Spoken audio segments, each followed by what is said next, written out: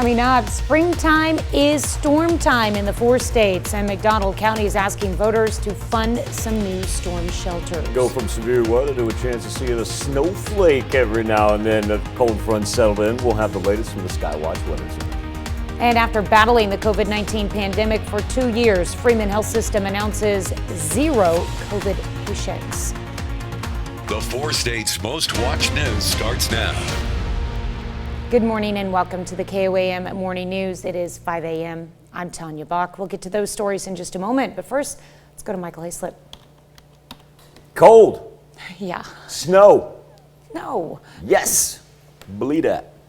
Daily Almanac for today. It'd be nice if we got up around 65 degrees. It's going to be a while before we see that. Let's talk about what we've got impending out to our west right now. Second storm system. Compared to the one that we had from Tuesday into Wednesday, this one's actually coming in from the north-northwest. Pretty isolated as well. It's not elongated and not really packing a punch. But yeah, there it is, moving in up to the north. The majority of the snow, as far as even if you get a dusting on the ground, it's going to be to the north of us. But yeah, even in the central portion of the 4 states, if thine eyes do not deceive thee, if you're out driving and you go, was that a snowflake? Like I said, it's really not going to be able to amount to anything. We do have some, not for us, but we have some surrounding watches and warnings to talk about. If you look out east of Springfield and Branson, those are flood warnings, of course, from all the rain that we had yesterday. And then as you dip into portions of Arkansas, the purple indicating a frost advisory, and that light turquoise right along the Missouri-Arkansas state line, that's actually a freeze warning. We're actually going to have some widespread frost for tomorrow. Tonight into tomorrow. There's our temperatures. We're able to stay above the freezing mark right now, but it is chilly, comparatively speaking, especially when we talk about where we were just a couple of days ago when we were throwing up some 70s. Majority of the thunderstorms, though, moving toward the mid-Atlantic, good old-fashioned winter storm over the Great Lakes. For us, it kind of jots through right there, some of it even turning over into some scattered rain for the afternoon hours. Like I said, this is not anything organized nor anything to fret about like what we experienced Wednesday morning. Weather trend for today, the chill sticks around as we're only going to be up into the, say, mid-40s. Now Friday, considerably better, about a 20-degree warm up there with some sunny skies and mild temps. Little additional rainfall on Saturday and Sunday, but at least we're able to stay in the 60s. Yeah. One-day cold shot. I'm looking forward to getting back up in the 60s, that's for sure. I'm looking forward to about 85. Yeah, that too. All right, thanks, Michael. Well, yesterday's storm turned out to be more dangerous for at least one community. Parts of northwest Arkansas were heavily damaged by a tornado early Wednesday morning. This video out of Springdale. Officials say 7 people are in the hospital. 2 are in critical condition. The city's mayor issued a disaster emergency proclamation and says the state has offered its support. Emergency crews from Fayetteville are also assisting with the cleanup. Significant damage was done to a warehouse and an elementary school. One local community also felt the impact of the Wednesday morning storm. That storm impacted some McDonald County teachers who live in the Springdale area and is reinforcing the district's hope to have a school bond passed to build new storm shelters. Voters will decide the $21 million bond next Tuesday. It would fund storm shelters at 6 of the district's campuses. Those are Anderson Elementary and Middle School, Knoll Elementary, Rocky Comfort Elementary, White Rock Elementary, and Pineville Elementary. Oh, it's a big relief for us. I mean, it's something you always worry about. You know, you practice and you drill, and we have plans put in place, and it's always concerning if you miss a kid and this and that, and to have a place for us to go and get them secured in one area. And it's huge for us as administrators and teachers to keep an eye on our kids, keep everybody safe. Officials say the bond would not change the current tax rates. On Wednesday, Freeman Health System announced great news: no COVID patients. After battling the pandemic for the past 2 years straight, Freeman healthcare workers can return to a state of normalcy. Their last COVID-19 patient was released yesterday. And now the COVID unit can be opened up to non-COVID ICU patients. For one nurse who's been through it since the beginning, she says being at this point is unreal. For the longest time, every day we'd have multiple patients just crashing and having to, do all the things for them, and just all the alarms going off, all the patients needing help, and just trying to get everybody taken care of, and to now, just kind of feel a little bit of peace back here. It's unreal. Paula Baker with Freeman Health System says she knows there will be COVID patients again in the future, but added the hospital is more ready and equipped than ever to handle it. We'll have more on the story coming up in Health Watch. Well, news of COVID progress from the governor's desk also on Wednesday. Missouri Governor Mike Parson declared an end to the COVID-19 crisis in Missouri. Governor Parson on Wednesday afternoon said effective this Friday, local health departments will transition to an endemic response. Universal contact tracing will be discontinued. Response to the virus will be based on community levels, and dashboards will be updated weekly. This new approach will be flexible, allowing for accommodation should COVID cases surge. We will discontinue detailed county-level individual case reporting and adopt the CDC's color-coded community-level identifiers for regions and counties. You can see the entire news conference on the KOAM News Now YouTube page. Missouri lawmakers continue to push legislation designed to strip funding for Planned Parenthood. Missouri House is advancing a bill to defund Planned Parenthood and put more restrictions on abortions. Lawmakers yesterday gave the measure initial approval in a voice vote. The bill is the latest attempt by Republican lawmakers to block any public funding from going to Planned Parenthood, including clinics that do not provide abortions. The measure also bans fetal tissue donation and would allow family members to file wrongful death lawsuits if babies are born after an abortion attempt and then die. Well, some local area students are learning more than the normal curriculum. They're also learning to give back. On Wednesday, Gloria Dio Academy in Joplin hosted its second annual Canstruction event. Students brought canned food and non-perishable items to donate to watered gardens. They also had a little fun with it by building things out of the food items. It's not just for the contest, it's to give back, and the whole purpose is to Christ in action, to show people who Christ is. Students brought over 500 non-perishable items that will be donated to watered gardens. Well, today is National Crayon Day. It's time to revert to your childhood. Dust off those crayons and color away. Thursday is National Crayon Day, like I said. If you have kids, it's the perfect time to color with them. You can post your crayon creations with the social media hashtag National Crayon Day. Bit of trivia, Crayola crayons were invented back in 1902. Company makes 3 billion crayons every year. 50 colors have been retired over the past 2 decades. Get us purple and blue crayons today. You can color in the map and give us some snow. That's what we've got cooking out to the western portion of southeast Kansas. Got this little system, and when I say little, you can tell it's not one of those that stretches very, very far. But as it works in there from the north, kind of sweeps through us, it's not going to amount to any accumulation. No worries about travel concerns. Bundle up though, cold right now. We've got wind chills in the 20s. Good 25-degree drop from where we were at this point in time yesterday, and only topping out today around 45 with some of that snow turning into some scattered rain this afternoon. That's a look at this morning's top stories in weather in our first 7 minutes. Coming up on the KOAM Morning News, fans had a chance to come out and meet the new head coach of the Pitt State men's basketball program. We're going to tell you more about him in sports. Plus, we'll introduce you to a jazz AI that's collaborating with human musicians. What we really want to know, though, is what's your favorite type of music? And President Biden rolls up his sleeve to get his second COVID-19 booster shot. Will you get yours? You're watching the KOAM Morning News. More real news in the morning. We'll be right back. Pittsburgh State officially introduced Jeff Boschee as its next men's basketball head coach last night. PSU hosting a meet and greet out at Crestwood Country Club in Pittsburgh, giving the community and fans a first chance to see their new head coach.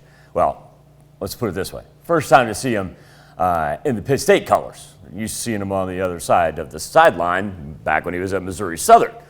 Boschee named Pitt State's next men's head basketball coach on March the 9th, 16th head coach in program history, replacing Kim Anderson, who announced his retirement in early March. Boschee spent the last 8 years at Missouri Southern, and here he is on what drew him to Pittsburgh State. I just felt like this was kind of just a sleeping giant in MIAA and in Division II basketball. You know, when Jim called me about the job and asked if I'd be interested in coming over and taking a look at everything, and you know, just seeing the facilities, the resources that they have, the school, the environment. I mean, everywhere you go in Pittsburgh, you see a gorilla in the front yard, a statue or a painting. You see red and yellow houses painted on campus, and you know, even the trash cans are red and yellow around here. So I just felt like this is a place where I feel like we can win right away. Boshi, of course, a former standout with the Kansas Jayhawks. And those Jayhawks just 2 days away from playing in the Final Four. KU facing Villanova on Saturday and with a spot in the national championship on the line. These two teams no strangers to meeting in the tournament. They met in the Final Four back in 2018 when Villanova beat Kansas on their way to the national title. In that game, Villanova's Jermaine Samuels led the way with 15 points. Samuels now a senior for the Wildcats and will still be a problem for KU on Saturday. He definitely presents problems because he can, you know, in that game he beat us off the catch. But what he can really do is, you know, beat you off the bounce. He's a tremendous driver of the ball and a good shooter, and certainly it'll be a hard matchup regardless of who's guarding him. So remember, also of note, while KU beat Villanova in the Elite Eight in 2018, go back to 2016.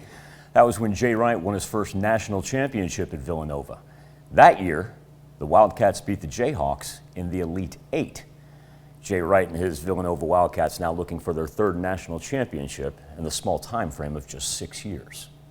St. Louis Cardinals 5-4 in spring training, Cards with 5 games left after taking on the Washington Nationals yesterday. Got ugly pretty quick as St. Louis scored 4 in the first, 4 in the second, and then 15 in the 8th. Should have turned it into a high school game, just played 7. They won it 29-8. Paul Goldschmidt 4 for 4 with a home run. Cards at it again tonight against the Marlins. Royals also taking the field with a spring training matchup against the Giants. Kansas City falls 9-5. Edward Olivares goes 3 for 5. He had a double and an RBI. Pitt State football 2 weeks into spring practice. Senior safety and former Frontenac Raider Brandon Malikis entering his senior season with the Gorillas. Malika joined us in studio yesterday to talk about the spring and his unique football journey entering his 6th season with the team. When I started this job was when you were, in high school, and so I've got to see you play in high school, and I've got to see you play in college. And your football journey is really unique. You're recruited to play on defense. You played defense. You play special teams early on, and then you played quarterback for a year, and now you're back on the defensive side. Will you kind of talk about, what the journey's been like for you to kind of see both sides of the game in college? Yeah, I definitely could have never expected it or planned for it to happen, but I'm grateful that it did. It opened up a lot of new experiences for me. It allowed me to meet, you're close as a team, but you get that other side of the whole thing. You get to meet another 50 guys on offense that you don't necessarily spend every day at practice with, and that was a crucial thing, and I feel like I'm a lot closer with those guys too now. And just from a mental aspect of the game, you kind of have a better understanding of what the offense is going to do on a specific third down or what they're trying to accomplish throughout a game, just because you have that mentality a little bit in the back of your head.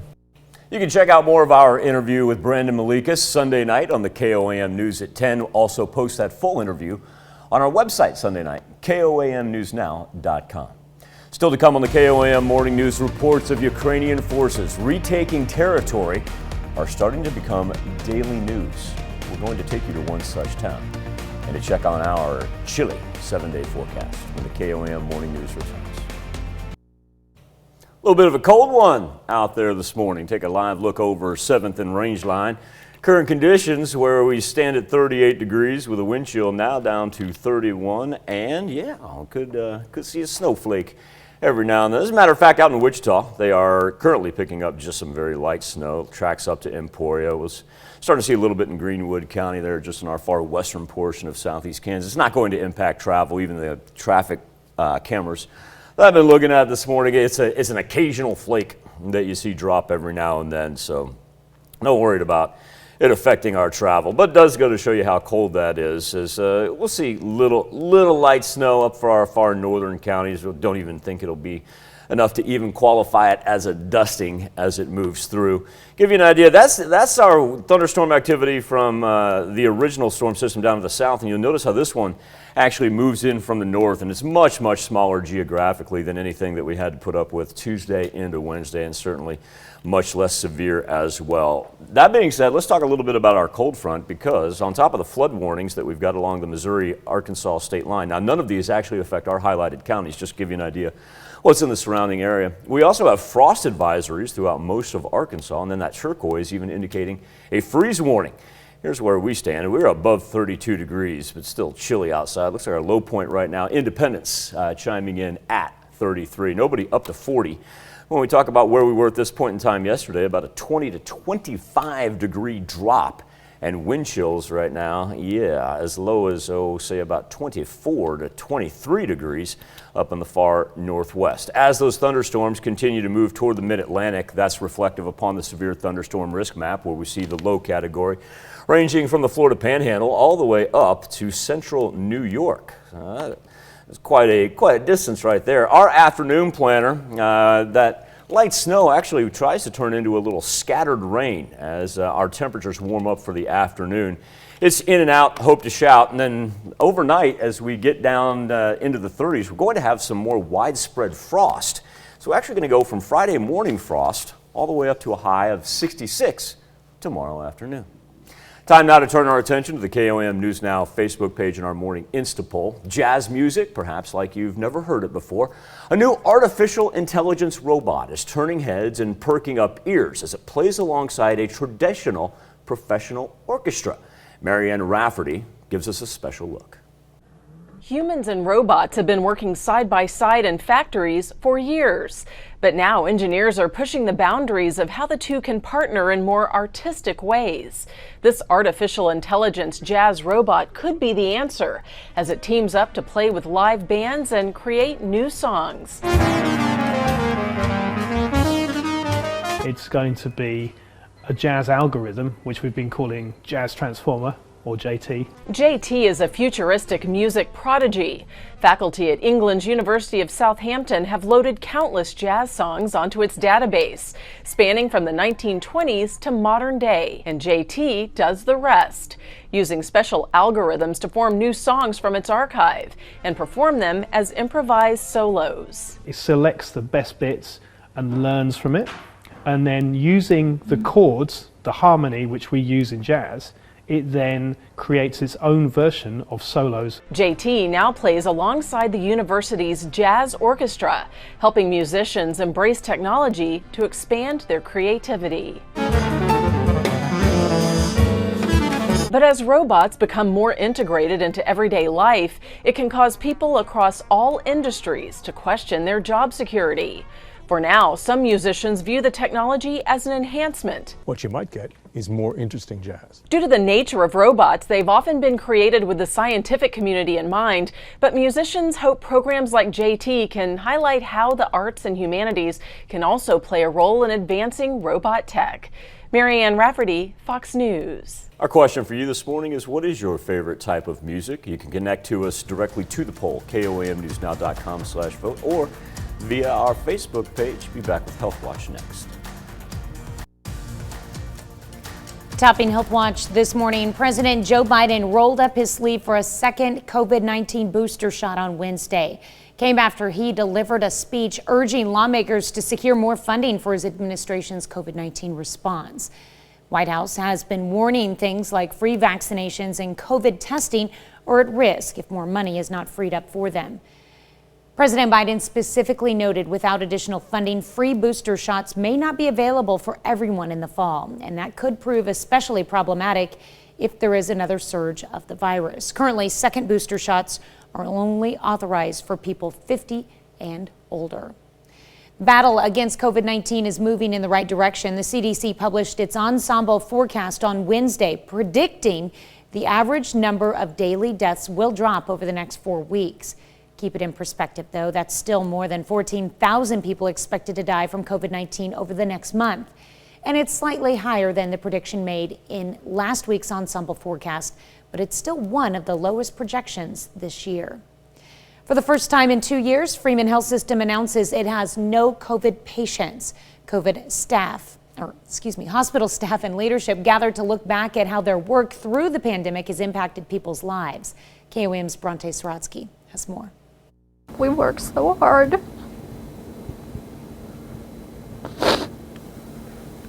So I think it's an incredible thing. Emotions were high in Freeman's COVID ICU after their last patient was discharged Tuesday. This is a day of celebration.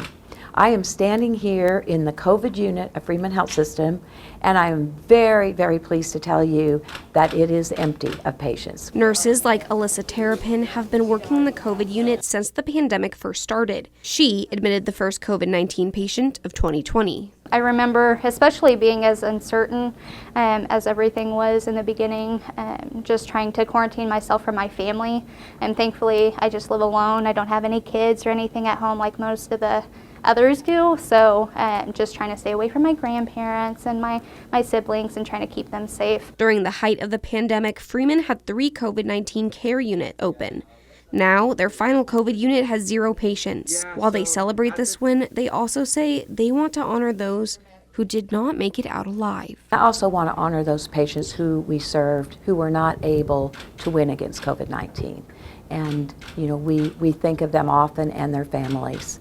But this is a day when we want to reflect back on all we've done together in the last 2 years. Terrapin says in the 2 years she's worked with COVID patients, it's never been as quiet as it was Wednesday. I felt like for the longest time, every day we'd have multiple patients just crashing and having to, do all the things for them, and just all the alarms going off, all the patients needing help. Now, she says the peace and quiet feels unreal. I'm just trying to get everybody taken care of, and to now, just kind of feel a little bit of peace back here. It's unreal. Freeman officials say especially now, they are open for any patients in need of their care. In Joplin, Bronte Sorotsky, KOAM News. Paula Baker with Freeman Health System says she knows there will be COVID patients again in the future, but added they're more ready and equipped than ever to handle it. That's a look at some of today's top health stories. You're watching the KOAM Morning News. Coming up, springtime is storm time in the 4 states, and McDonald County is asking voters to fund some new storm shelters. Turn our attention from rain to a little light snow beginning to work in from the north and the west. Chilly Thursday ahead, the latest from the Skywatch Weather Center. And after battling the COVID-19 pandemic for 2 years, Freeman Health System announces 0 COVID patients. The 4 states' most watched news starts now. Good morning and welcome to the KOAM Morning News. It is 5:32. I'm Tanya Bach. We'll get to those stories in just a moment, but first let's go to Michael Hayslip, where it's still pretty cold outside. Now, since we were able to skirt through the severe weather that pummeled portions of northwest Arkansas, we're going to get a little snow today now that the cold front has settled in upon us. There it is, moving in from the north and the west. This is not going to amount to hardly anything. I don't even think it'll qualify as a dusting, but yeah, we actually have some flakes that are beginning to come down. All the watches and warnings stay out to our far east, but what we do have, you got flood warnings east of Springfield and Branson, dip down into Arkansas. The purple and the turquoise indicating frost advisories and even freeze warnings down there, an indicator of just how chilly it is, especially coming off the 70s that we had here as we finish up the month of March and only get to start anywhere from about 33 to 39 degrees with the cold temperatures that work in from the north. Does take that storm system, shift it toward the Atlantic coast. So no threat of anything severe for us. And then as we warm up, you'll notice a little bit of that snow system turns into some scattered rainfall for the afternoon. Not going to have any lightning or any flooding concerns, just a matter of making sure you do take the umbrella and perhaps more importantly break out the winter coat again, because overnight we're going to drop back down into the 30s. Widespread frost for Friday morning, and then Friday afternoon right back into the 60s with some sunshine. All right. Looking forward to that warm up, that's for sure. Need it. All right, thanks, Michael. Well, news of COVID progress from the governor's desk on Wednesday. Missouri Governor Mike Person declares an end to the COVID-19 crisis in Missouri. Governor Person said effective this Friday, local health departments will transition to an endemic response. Universal contact tracing will be discontinued. Response to the virus will be based on community levels, and dashboards will be updated weekly. This new approach will be flexible, allowing for accommodation should COVID cases surge. We will discontinue detailed county-level individual case reporting and adopt the CDC's color-coded community-level identifiers for regions and counties.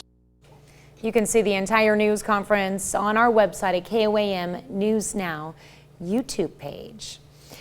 On Wednesday, Freeman Health System announced great news: no COVID patients. After battling the pandemic for the past 2 years straight, Freeman healthcare workers can return to a state of normalcy. Their last COVID-19 patient was released yesterday. And now the COVID unit can be opened up to non-COVID ICU patients.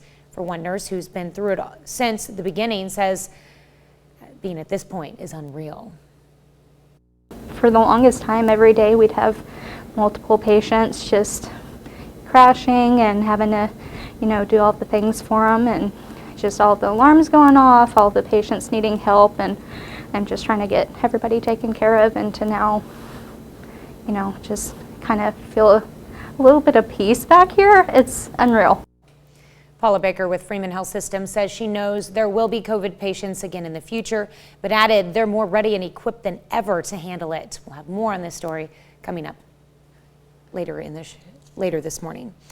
Well, parts of the northwest Arkansas were heavily damaged by a tornado early Wednesday morning. This is video out of Springdale. Officials say 7 people are in the hospital. 2 are in critical condition. Significant damage was done to an elementary school and a warehouse. The city's mayor issued a disaster emergency proclamation and says the state offered its support. Emergency crews from Fayetteville are also assisting with the cleanup.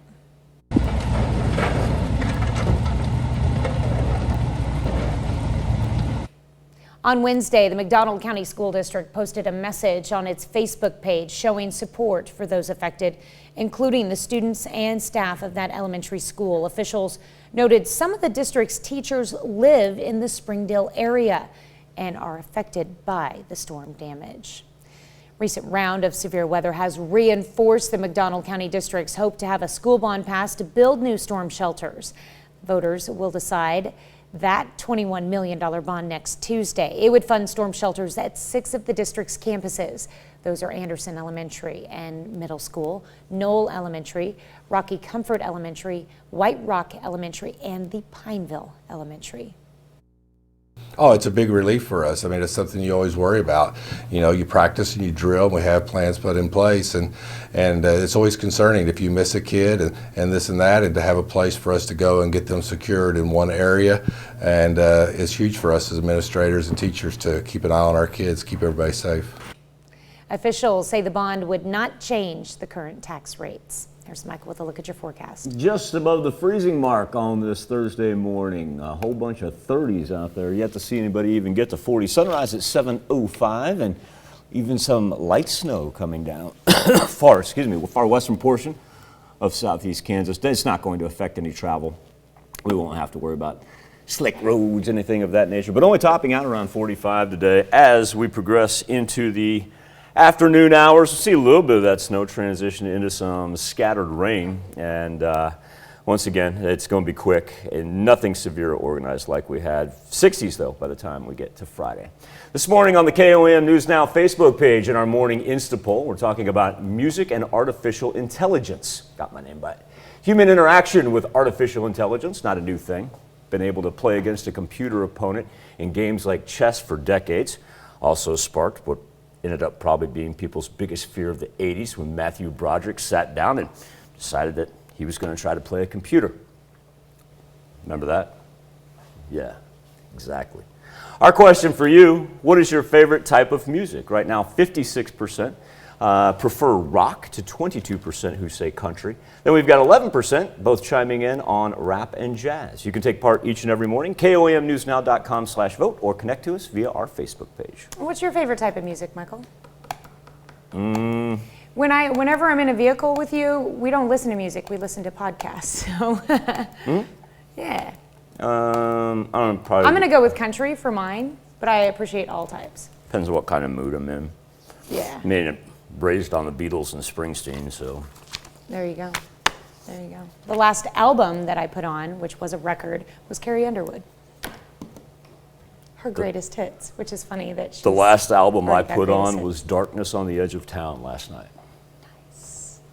All right, that's a look at our top news stories coming up this half hour on the KOAM Morning News. Birthdays are extra special occasions, but we'll introduce you to one woman who gets to celebrate a truly milestone birthday.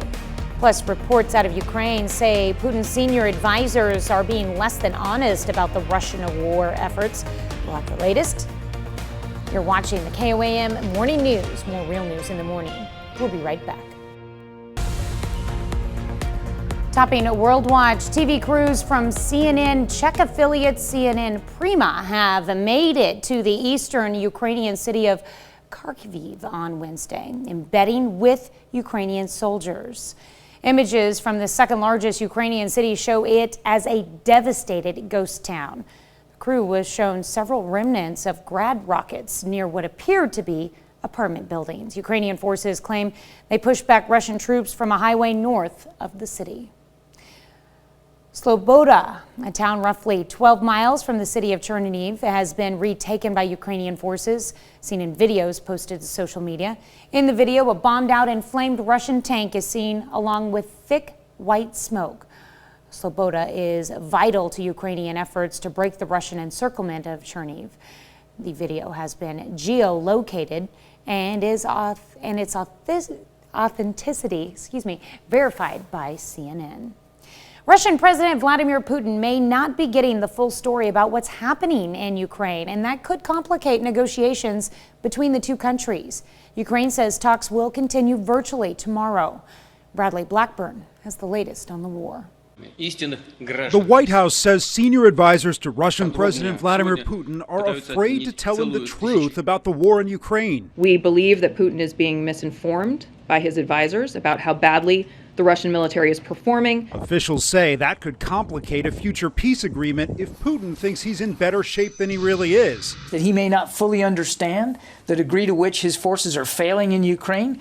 That's a little discomforting. A top British spy chief noted the struggles Russian forces are having in the battlefield. We've seen Russian soldiers, short of weapons and morale, refusing to carry out orders, sabotaging their own equipment, and even accidentally shooting down their own aircraft. Tatiana Chornoval is a former politician and mother of two. Now she serves on Ukraine's front lines, taking out tanks. She told CBS News this was one of her hits. The Russians are fighting stupidly, she says. They don't have a strategy or tactics. They're falling into the same traps.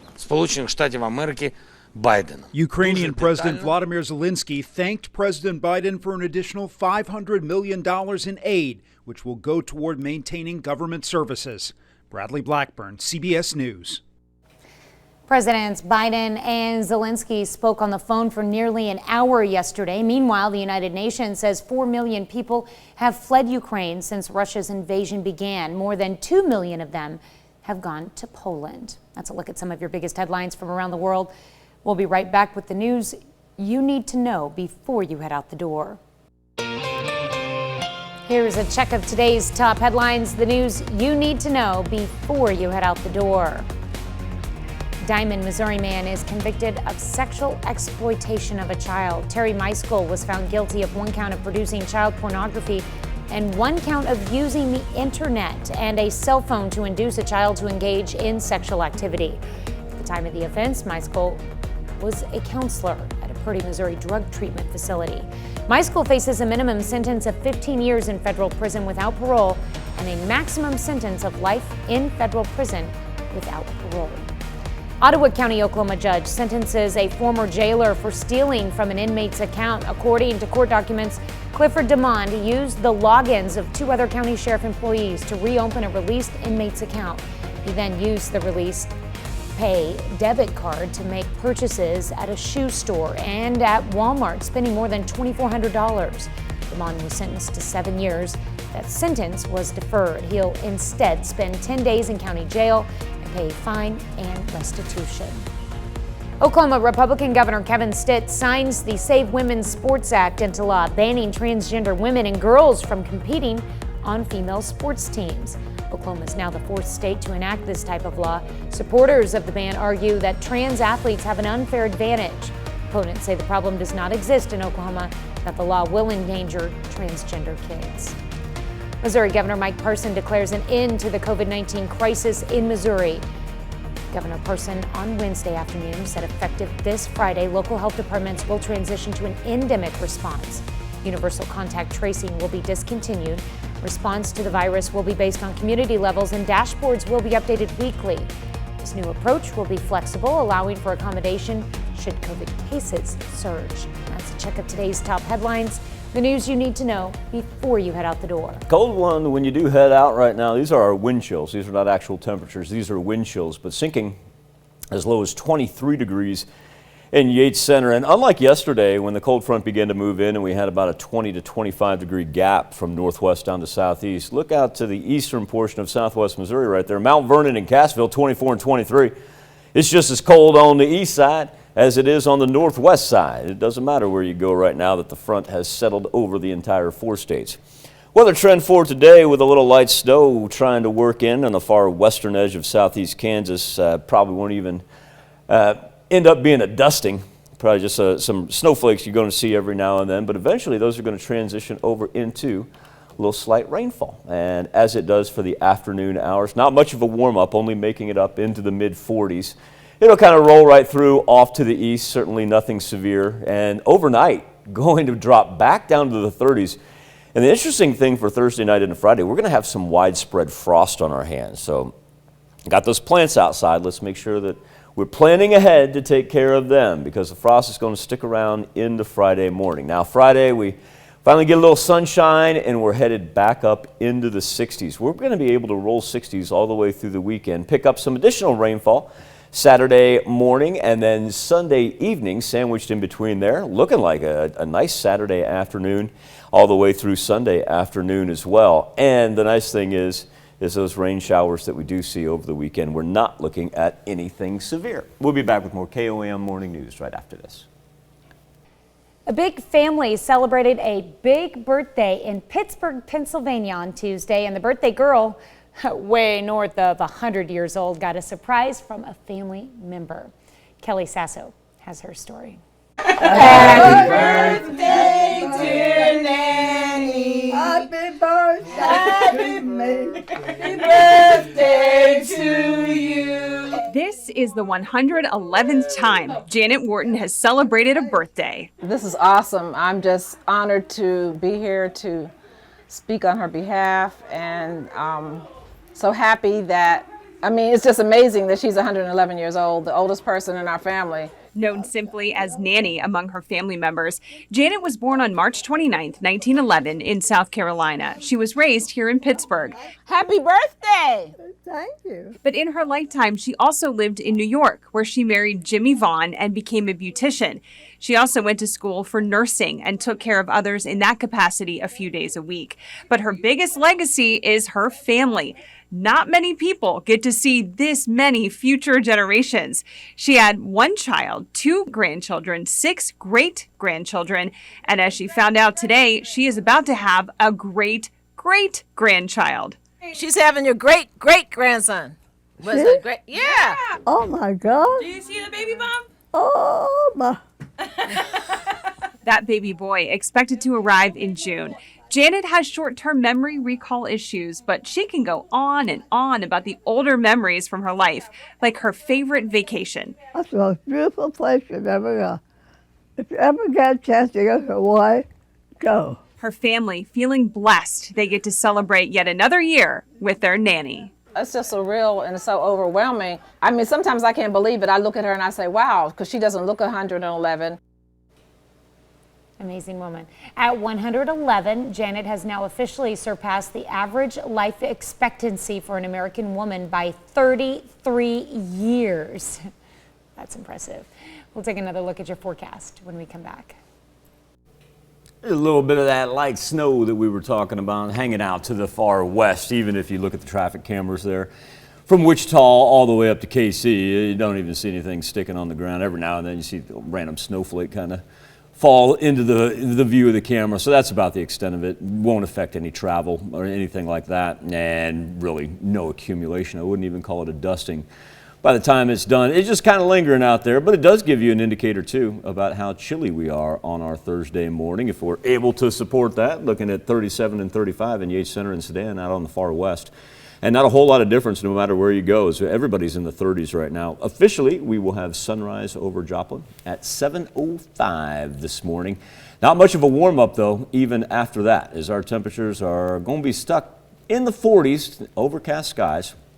And that kind of prevents us from going anywhere on the mercury. Overnight, do want to point this out. We are going to get some widespread frost. We may even see a frost advisory pop up here for tonight into tomorrow, and that's a result of those clouds finally clearing out. But of course, that's going to make it much cooler overnight. Nice thing is once the clouds clear out, get rid of the rain, the light snow, the whole nine, at least on Friday, we can start to head in the right direction with some sunny skies that'll eventually lift us up into the 60s. That'll begin a string of 60s, as a matter of fact, opening up the new month in pretty fine fashion. A little light rain is scheduled over the weekend. Back right after this. Coming up, springtime is storm time in the 4 states. McDonald County is asking voters to fund new storm shelters. From storms back to the threat of a little snow on a Thursday, yeah, it's a possibility. We'll have the latest from the Skywatch Weather Center. And after battling the COVID-19 pandemic for 2 years, Freeman Health System announces 0 COVID patients. The 4 states' most watched news starts now. Good morning and welcome to the KOAM Morning News. It is 6 a.m. I'm Tanya Buck. We'll get to those stories in just a moment. But first, let's check on the forecast. Michael Hayslip. Here's that aforementioned snow that we're seeing. Very, very light, albeit out on the western edge of southeast Kansas. We'll go ahead and turn it into the sweeping radar, give you an idea. If you don't see any yellow in there, then once again, it's going to be some flakes falling down. That's about the extent of it. They're picking up light snow right now at Eisenhower Airport. In Wichita, we're starting to see a little bit move into Greenwood County. Next stop will be the Schnute-Iola line. Not going to sink too far to the south, and it won't hamper any travel by any means. Give you an idea about how it moved in. That rain that you see, that's from our actual system that caused the severe weather down in northwest Arkansas. And then this is this morning's system. It kind of just rolls in from the north, not widespread by any means. But I tell you what, it did bring us that cold front that settled over us, squarely over us, dropping our temperatures all the way down to about 33 degrees on this Thursday morning. Nobody even up to 40 as of yet. Now, eventually, we'll get up in the mid-40s, but what that will do is also turn a little bit of that light snow into some scattered rain showers for the afternoon hours. There we go, rolling right through. No thunder or lightning involved with that. And as it sprints through, frost overnight. Finally, it'll warm up on Friday, back up into the 60s for Friday, Saturday, and Sunday. All right. Looking forward to that warm-up. Maybe not so much continued rain every day, but would like the warm-up. Or frost overnight. Yeah, let's get rid of that. All right, thanks, Michael. A Diamond, Missouri man is convicted of sexual exploitation of a child. Terry Meiskell was found guilty of 1 count of producing child pornography and 1 count of using the internet and a cell phone to induce a child to engage in sexual activity. At the time of the offense, Meiskell was a counselor at a Purdy, Missouri drug treatment facility. Meiskell faces a minimum sentence of 15 years in federal prison without parole and a maximum sentence of life in federal prison without parole. On Wednesday, an Ottawa County, Oklahoma judge sentenced a former jailer for stealing from an inmate's account. According to court documents, Clifford DeMond used the logins of 2 other county sheriff employees to reopen a released inmate's account. He then used the released pay debit card to make purchases at a shoe store and a Walmart, spending more than $2,400. DeMond was sentenced to 7 years, but that sentence was deferred.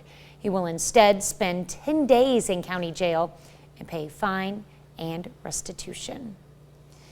For the first time in 2 years, Freeman Health System announces it has no COVID patients after battling the pandemic for the past 2 years straight. Freeman healthcare workers can return to a state of normalcy. Their last COVID-19 patient was released yesterday. Now the unit can be opened up to non-COVID ICU patients. And for one nurse who's been through it since the beginning, she says being at this point is unreal.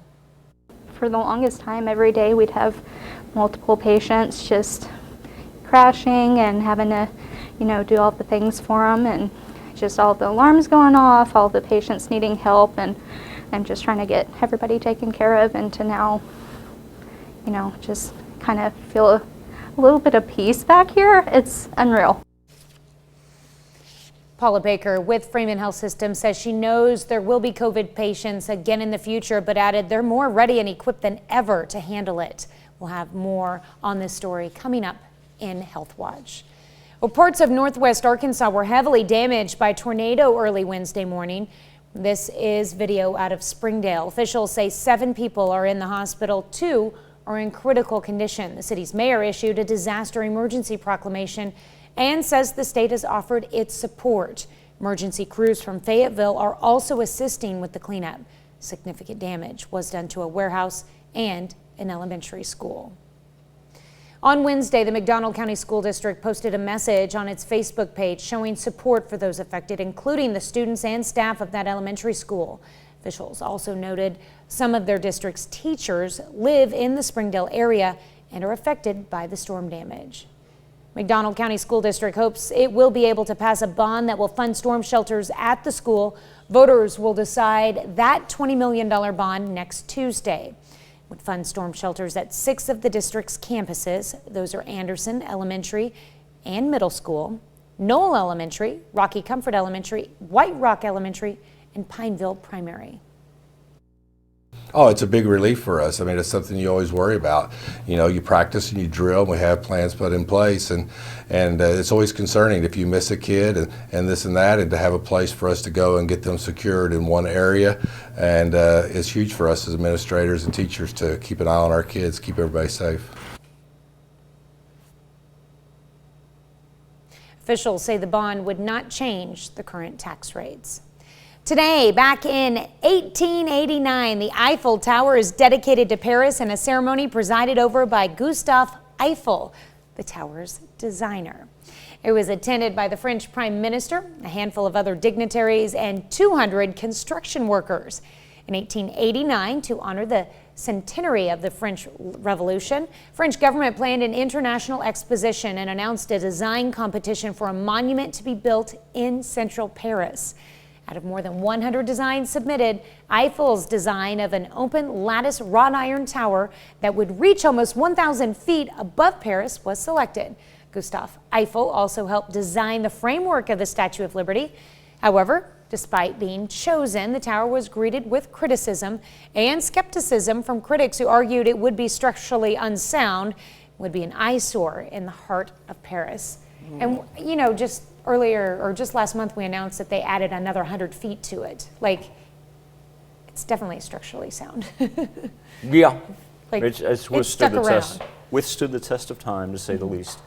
Wind chills as low as the mid-20s right now. It's a cold one when you walk outside, comparatively speaking to what we got spoiled with for a couple days last week. And here we are wrapping up March, and while the thunderstorm activity moves off to the East Coast, look at what we've got on our hands. We've got some snow trying to work in on our far western counties. Not going to amount to anything, and don't think it's going to slow you down travel-wise. It's not going to be anything that's going to pile up by any means. Still a cold one today, as the snow eventually shifts over into some scattered rain for this afternoon as it moves off to the east. 60s finally tomorrow, that'll carry us into the weekend. That's a look at this morning's top stories and weather in our first 7 minutes. Coming up on the KOAM Morning News. Well, if it's Thursday, that means Chef Anthony is back in studio, okay? He's going to join us later this morning with tips on how to buy the proper kitchen equipment that you need, and it's going to last you a while. Plus, imagine taking a relative to prom. That's what one boy did. It's going to leave a memory neither will forget. And there's an RSV vaccine in trial that could save the lives of infants. You're watching the KOAM Morning News. More real news in the morning. We'll be right back. Topping Nation Watch this morning, it's never too late to enjoy prom. A high school senior in North Dakota gave his great-grandmother a night she'll never forget. Jody Kurzman explains. This is a moment Madeline Miller will never forget. Couldn't believe that I was out there. It was Madeline's first prom. Her date, her great-grandson, Dakota Wallen. We brought tears to many people's eyes. It all started with this promposal. I have this old truck that she gave me. It's a 1985. And she handed that down to me and I got it running again. So I took that truck and I made a sign. The sign said, "Can I take you to prom in this old truck?" I was pretty nervous, yes. I was just wondering why he would want a 92-year-old lady going to the prom with him when there are so many young girls in the school. If she would have said no, I wouldn't have went. So thanks to her, I got to make a memory for my last prom and her first prom. Never been to prom before. Her first prom turned out to be pretty special. Walking beside my great-grandson, listening to all this music as we walked, and people clapping and hollering. That was, yeah. We walked out on the floor and everybody just went wild. Yep. You were the stars of the night. Yes, I was. A feeling they'll hold on to and treasure forever. Well, Miller and Wallen stayed for the first dance before heading home.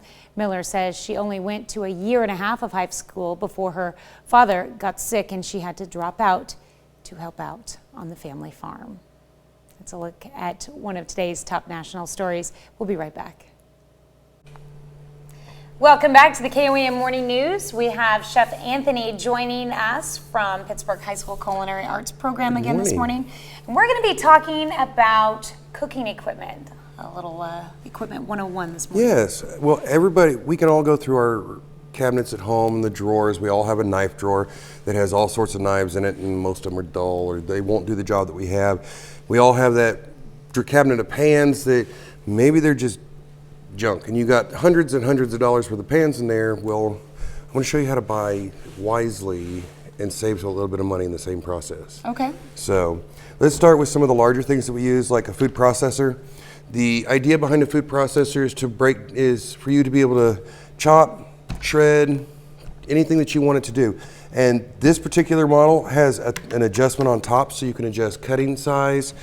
As you open this one up and you look at it, all of my attachments are in a nice little caddy. Okay. Do you find yourself using all the attachments? I've used every attachment that's in here quite a bit, and it's really nice to be able to put it all back in, but then, well, I don't know, I always get frustrated and I can't remember. This one comes with a nice little diagram.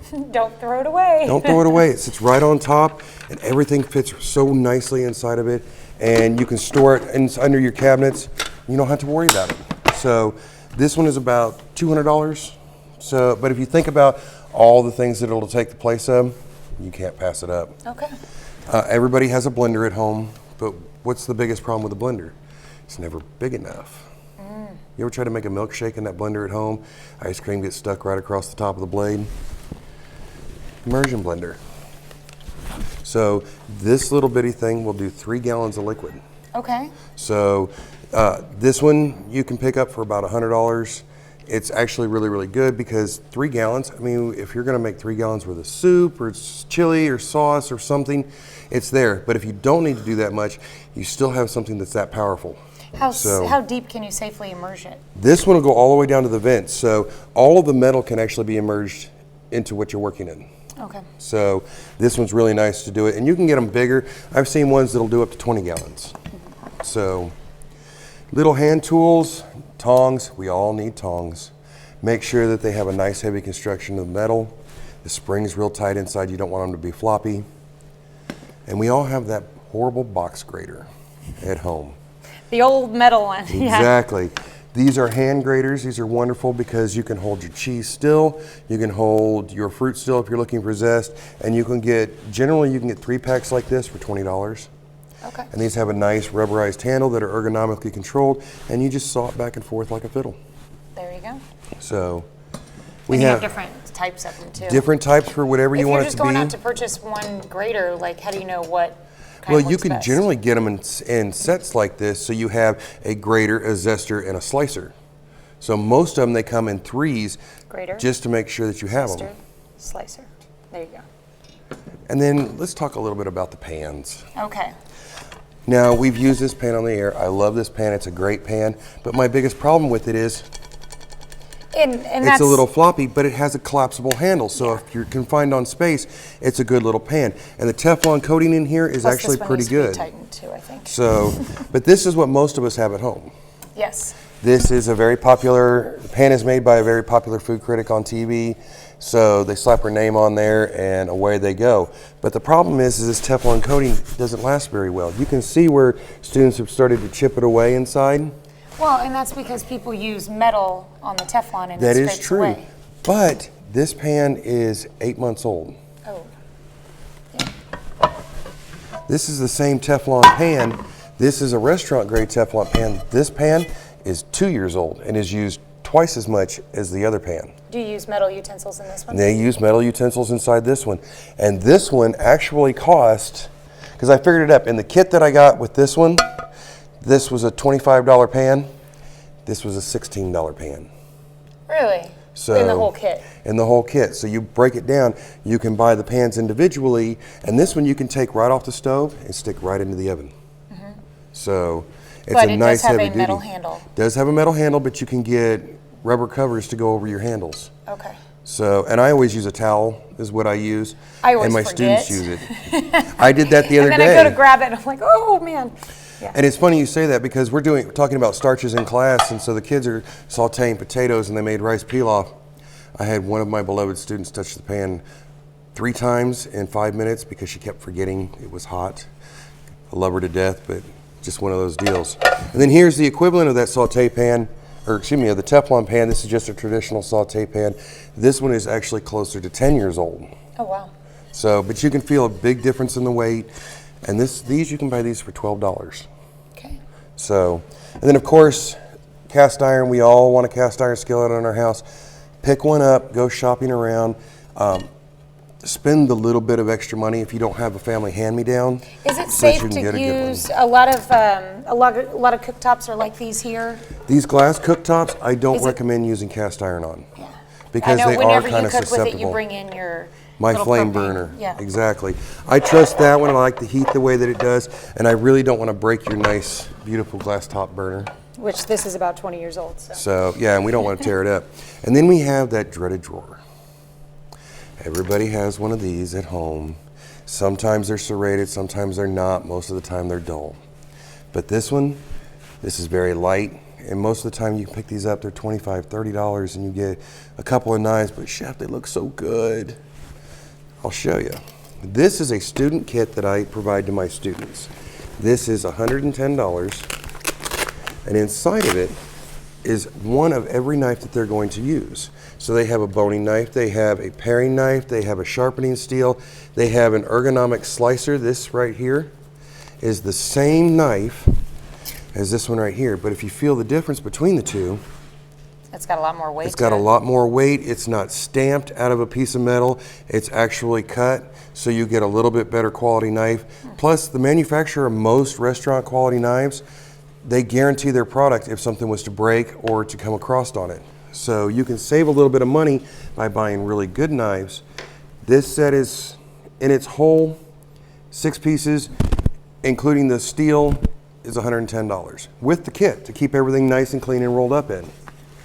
And then myself, my personal kit is a little bit more in depth, but Which is great for you because you travel a lot. I do. I travel a lot, but it also, even at home, I keep my kit together so I can take out what I need and I can use anything I want. But I have a lot of the same knives. I have a ceramic knife for when I'm cutting herbs. These are wonderful, but they're very fragile, but they stay razor sharp. So if you're cutting basil or herbs, they won't turn black on you. Okay. So, but these are wonderful, but you have to be very, very careful with them so you don't cut yourself on them. And I have knives to break down large cuts of meat. I have knives to break down smaller cuts of meat. I have a serrated utility knife just like the one I showed you earlier, and even mine has a little bit of weight. But the average cost of one of my knives is about $13. Okay, and that's because you have the kit that breaks down, so it's... No, I buy my knife. I bought the kit, the case separately, and then I bought all the knives. I tailored the knives around my own unique needs, so I bought exactly what I wanted that would work for me. And then I have a couple different size chef's knives, a Japanese chef's knife, a very large chef knife for breaking down heads of lettuce and making big salads. I have an 8-inch chef's knife for personal use that I use for just about everything else, and it has a nice bit of weight to it. It sharpens real easy. You wouldn't tell but to look at that, but that knife is 10 years old, and it still is razor sharp as the day that I got it. So you can save a little bit of money by watching what you're buying and buying wisely. And all of our supplies here today, with the exception of, well, the graters, all of them I've gotten at Allied. And the knife quality is really good. And people will tell you, well, Russ, you need to have super high carbon steel. You really don't. You just need a good, reliable knife. Because if something happens and this goes dull or breaks and you can't resharpen it, $10 or $12 or $13 is a lot easier to replace than having to buy a giant kit with a wood block. Very true. Okay, so we're going to put some of these utensils to use on KOA Morning News on Fox 14 when we return. Yes. Well, in our next hour. What are we going to be making? Midwestern Devils on Horseback and Angels on Horseback. And this is an appetizer. This is an appetizer in celebration of the Final Four. All right, Devils on Horseback and Angels on Horseback. Yes. Midwestern style. I'm excited about that. I can't wait. All right, thank you. And we will have you back in just a few minutes. I'll see you in a little bit. All right, we'll be right back. Topping Health Watch this morning, every year tens of thousands of children are hospitalized and hundreds die from a common respiratory virus called RSV. Now researchers in Chicago are testing what could be the first immunization against the potentially deadly illness. Elise Preston with the story. It's a leading cause of hospitalization among babies in the United States, respiratory syncytial virus, or RSV. Premature babies are the most vulnerable. It turns out because most babies are born healthy, most infants who are admitted to the hospital with RSV infection are actually previously healthy. Now, researchers at Lurie Children's Hospital of Chicago are testing the first potential immunization against RSV for healthy babies, the monoclonal antibody nirsevimab. There's a better binding to the RSV virus, and so it is better at preventing the virus from attaching to and getting into cells where it can cause disease. The second modification that was made was to allow it to stay in the bloodstream much longer. A recent phase 3 study found a single dose of nirsevimab was nearly 75% effective against serious RSV infections. Currently, the only preventative treatment available is only for high-risk babies. They received several injections of a drug called palivizumab during the winter months. Devin Lindsay's 10-month-old daughter, Cameron, is taking part in the study. I had spoken to a lot of my friends have young children, and some of them have unfortunately gotten RSV before, and they've been hospitalized or just been sick. Cameron received her dose in October last year, but her family doesn't know yet if she got the actual drug or placebo. One day it's going to be really cool to tell Cameron like she was a part of this study that's going to help hundreds of thousands of children. Researchers say if nirsevimab receives FDA approval, it could be available by the 2023 respiratory virus season. Elise Preston, CBS News, New York. Researchers say no safety concerns have been identified with the experimental treatment. That is a look at some of today's top health stories. We'll be right back as you're watching the KOAM Morning News. Coming up, springtime is storm time in the 4 states, and McDonald County is asking voters to fund new storm shelters. Last day of March, try to feed us a little snow before the weekend. We'll have the latest in the Skywatch Weather Center. And after battling the COVID-19 pandemic for 2 years, Freeman Health System announces 0 COVID patients. The 4 states' most watched news starts now. Good morning and welcome to the KOAM Morning News. It is 6:32. I'm Tanya Bach. We'll get to those stories in just a moment, but first, Let's go to Michael Hayslip, who's been tracking the snow this A morning. little more than half an hour away from sunrise. Live look over 7th and Rangeline. Everything remaining calm and luckily dry today. We like the side of that. Starting to pick up just some random snowflakes there out on the western edge of southeast Kansas. Don't have to worry about it affecting travel. Even places like Wichita and Hutch, they're getting very, very light, not even accumulation. Just kind of blowing around out there, approaching Chanute though, and making its way up through our northern counties. Won't even end up being a dusting though by the time it's all said and done. All the watches and warnings staying out to our far east, whether those be the flooding on the eastern portion of Springfield and Branson, or even the frost advisories ranging throughout most of Arkansas. We've got cold temperatures anywhere from about 33 to 38, so nobody even at the 40-degree mark on this last day of March. Thunderstorm activity moving toward the mid-Atlantic, so it will leave us alone for today. Not much of a warm-up though, as we'll go from the 30s into the 40s. That'll turn on some of that snow into some scattered rain showers for the early afternoon, be done by the evening. Watch out for the widespread frost though if you've got plants outside. We're going to go frost overnight into Friday morning before we get back into the 60s for Friday into the weekend. All right, well, definitely got a lot going on there. Hopefully we can get that warm up soon. Let's just be happy that we skirted out yesterday, and thinking about everybody down in the Springdale area. For sure. So they're going to have a busy weekend. All right, thanks, Michael.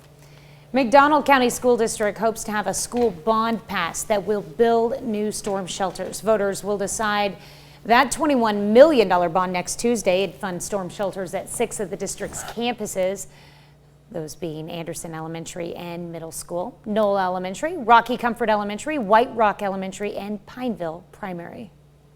Provide safety for the students during the day that school is there, as well as the staff that are working during the day at these buildings that will be able to have these storm shelters, but also the community members around these storm shelters will be able to access these storm shelters in the event of an emergency. Officials say the bond would not change the current tax rates. Well, the first time in 2 years, Freeman Health System announces it has no COVID patients.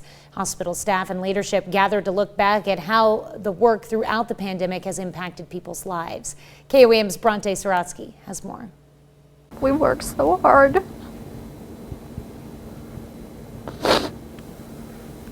So I think it's an incredible thing. Emotions were high in Freeman's COVID ICU after their last patient was discharged Tuesday. This is a day of celebration. I am standing here in the COVID unit of Freeman Health System, and I am very, very pleased to tell you that it is empty of patients. Nurses like Alyssa Terrapin have been working in the COVID unit since the pandemic first started. She admitted the first COVID-19 patient of 2020. I remember especially being as uncertain as everything was in the beginning, just trying to quarantine myself from my family. And thankfully, I just live alone. I don't have any kids or anything at home like most of the others do. So just trying to stay away from my grandparents and my siblings and trying to keep them safe. During the height of the pandemic, Freeman had 3 COVID-19 care units open. Now, their final COVID unit has 0 patients. While they celebrate this win, they also say they want to honor those who did not make it out alive. I also want to honor those patients who we served who were not able to win against COVID-19. And, you know, we think of them often and their families. But this is a day when we want to reflect back on all we've done together in the last 2 years. Terrapin says in the 2 years she's worked with COVID patients, it's never been as quiet as it was Wednesday. I felt like for the longest time, every day we'd have multiple patients just crashing and having to, do all the things for them, and just all the alarms going off, all the patients needing help. Now, she says the peace and quiet feels unreal. I'm just trying to get everybody taken care of, and to now, just kind of feel a little bit of peace back here. It's unreal. Freeman officials say especially now, they are open for any patients in need of their care. In Joplin, Bronte Sorotsky, KOAM News. Paula Baker with Freeman Health System says she knows there will be COVID patients again in the future, but added they're more ready and equipped than ever to handle them. Well, today, back in 1943, the Broadway musical Oklahoma premieres on Broadway for the first time ever. Financial risk of mounting a Broadway musical is so great that few productions make it out the Great White Way without a period of tryouts and revisions outside of New York City. This was true in the 1940s as it is today. However, when an innovative little musical called Away We Go came to be, there was doubts about its success even from its producers. Away We Go eventually became Oklahoma and went on to set a Broadway record of 2,212 performances before finally closing 5 years later. There was a lot that made it risky, including legendary composer Richard Rodgers wasn't with his longtime partner Lorenz Hart due to personal problems that Hart had. Rodgers teamed up with Oscar Hammerstein and the second, and they instantly clicked. Interesting. Then the rest is history. As we mentioned before, of course, it was a hit. Yeah, if Michael likes to sing it every if now Hart and then, doesn't go into a downward spiral right there, Rodgers and Hammerstein may never end up working together. It's pretty amazing. All right, 7-day forecast. Temperatures chilly today. A little light snow. Not even going to be a dusting, but a little light snow. Eventually turning over into some rain showers for the afternoon. Highs only around 45. Frost overnight. But the good news is back into the 60s for Friday all the way through the weekend. That's a look at this morning's top news stories. Coming up this half hour in the KOAM Morning News. If you get a text from yourself, ignore it. We're going to have why it's important you do that. Plus, humans have been able to interact with AI or artificial intelligence for several years now. From chess to now music, AI has no limits, it seems. And today, we want you to know what your favorite music type is. We let you weigh in. We'll be right back. In Consumer Watch this morning, a scam is circulating the nation, and it's coming from an unlikely source, your own cell phone number. Laura Podesta warns us about the phony message and what to do if you receive it. Chris Welch is an editor and reviewer at The Verge. He normally writes about how technology can help you, but Monday, the latest scam popped up on his phone. A text from himself. To see it as your own number, there's something weird and kind of unsettling about that. And so I checked on Twitter, I searched, spam own number, and sure enough, it seemed like a big wave of people had just gotten this text. He said the text congratulates you for paying a bill and includes a link. Chris clicked on it for his own investigation. So the link in my case took me to the website of Channel 1 Russia, which is like a state media TV network. The scam is targeting Verizon wireless users. Verizon says it significantly curtailed the activity and in a statement said we're actively working with others in our industry and with U.S. law enforcement, adding we have no indication of any Russian involvement. Fraud experts say our phones have become the contact method of choice for scammers, and we should treat our phone number the way we do other sensitive information. The National Consumers League says phishing scams were the third most reported type of fraud complaint in 2021. Really, just the best advice for most people is just delete the text, ignore it, don't click on the link. You can also forward the message to the Federal Trade Commission at 7726. Report the phishing scam to local police or your state attorney general, and tell friends, family, and coworkers. Welch says this scam isn't going away quickly. Right after our conversation, he received another text from himself. Laura Podesta, CBS News, New York. Fraud experts recommend you don't show the link you received on social media or anywhere that gives the scammers more exposure. That's it for Consumer Watch. Let's go over to Michael for something to talk about. Thank you, Tanya. This morning on the KOAM News Now Facebook page and our morning Insta poll, music and artificial intelligence.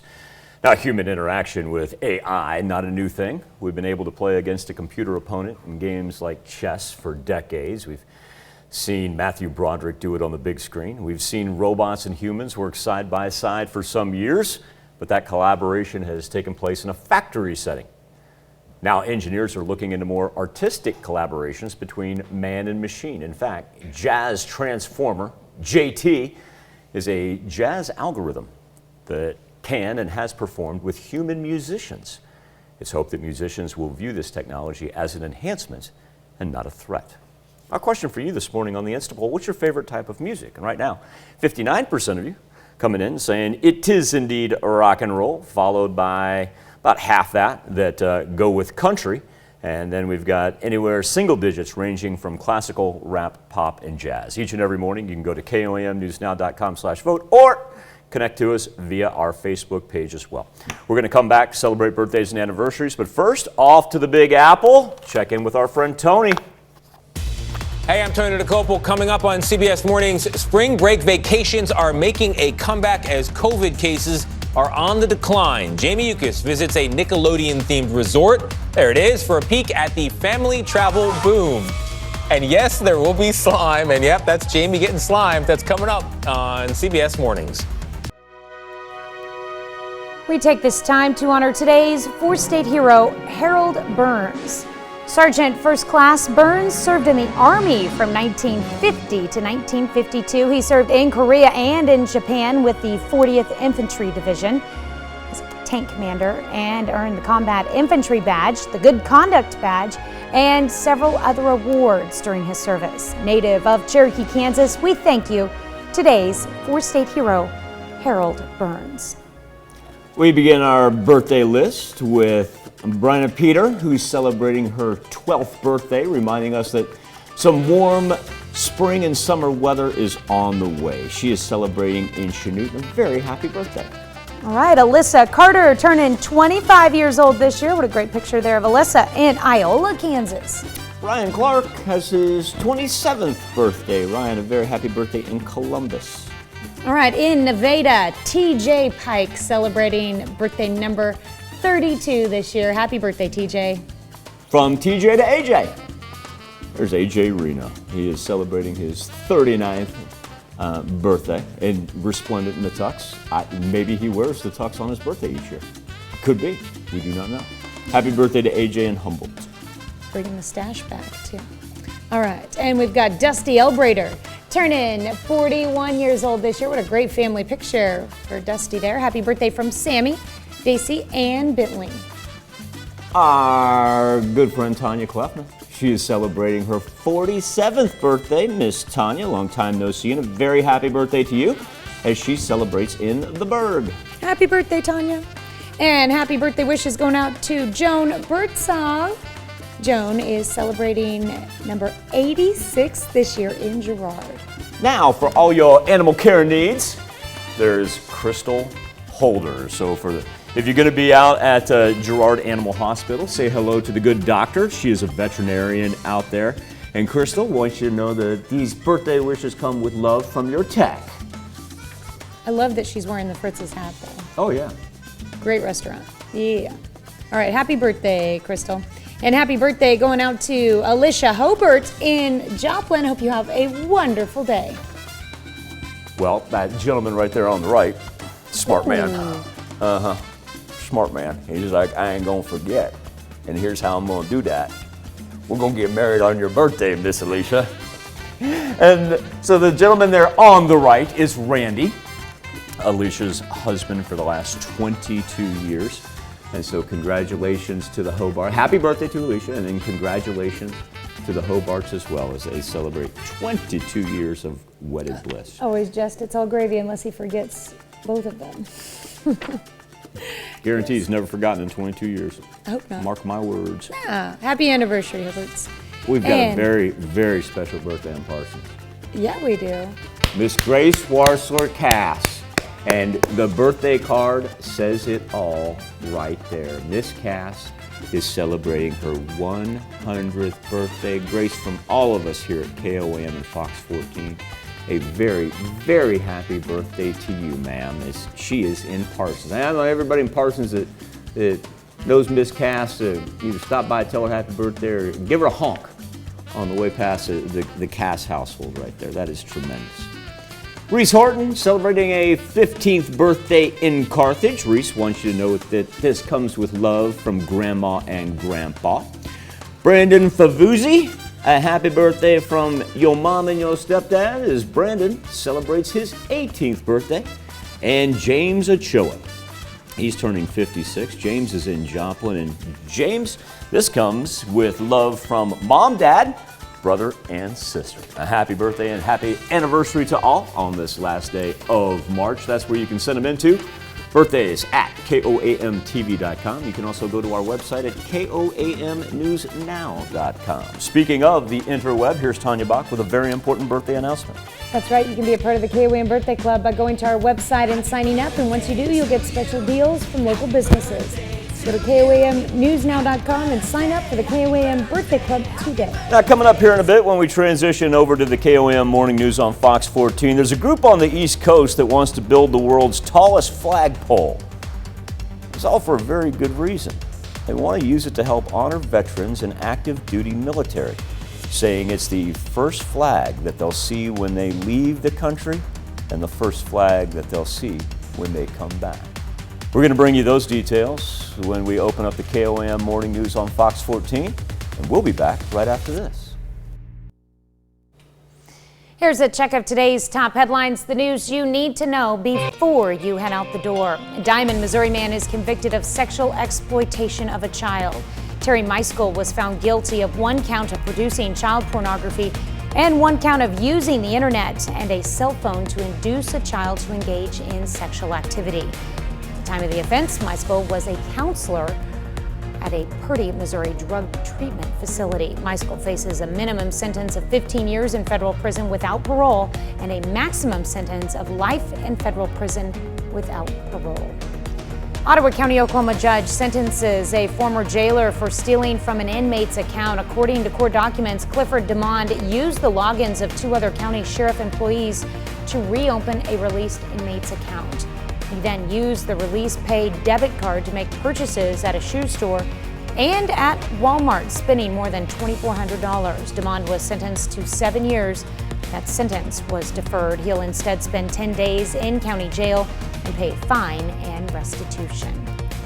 Oklahoma Republican Governor Kevin Stitt signs the Save Women's Sports Act into law, banning transgender women and girls from competing on female sports teams.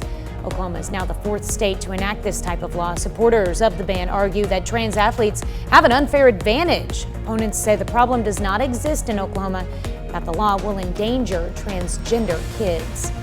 And Missouri Governor Mike Parson declares an end to the COVID-19 crisis in Missouri.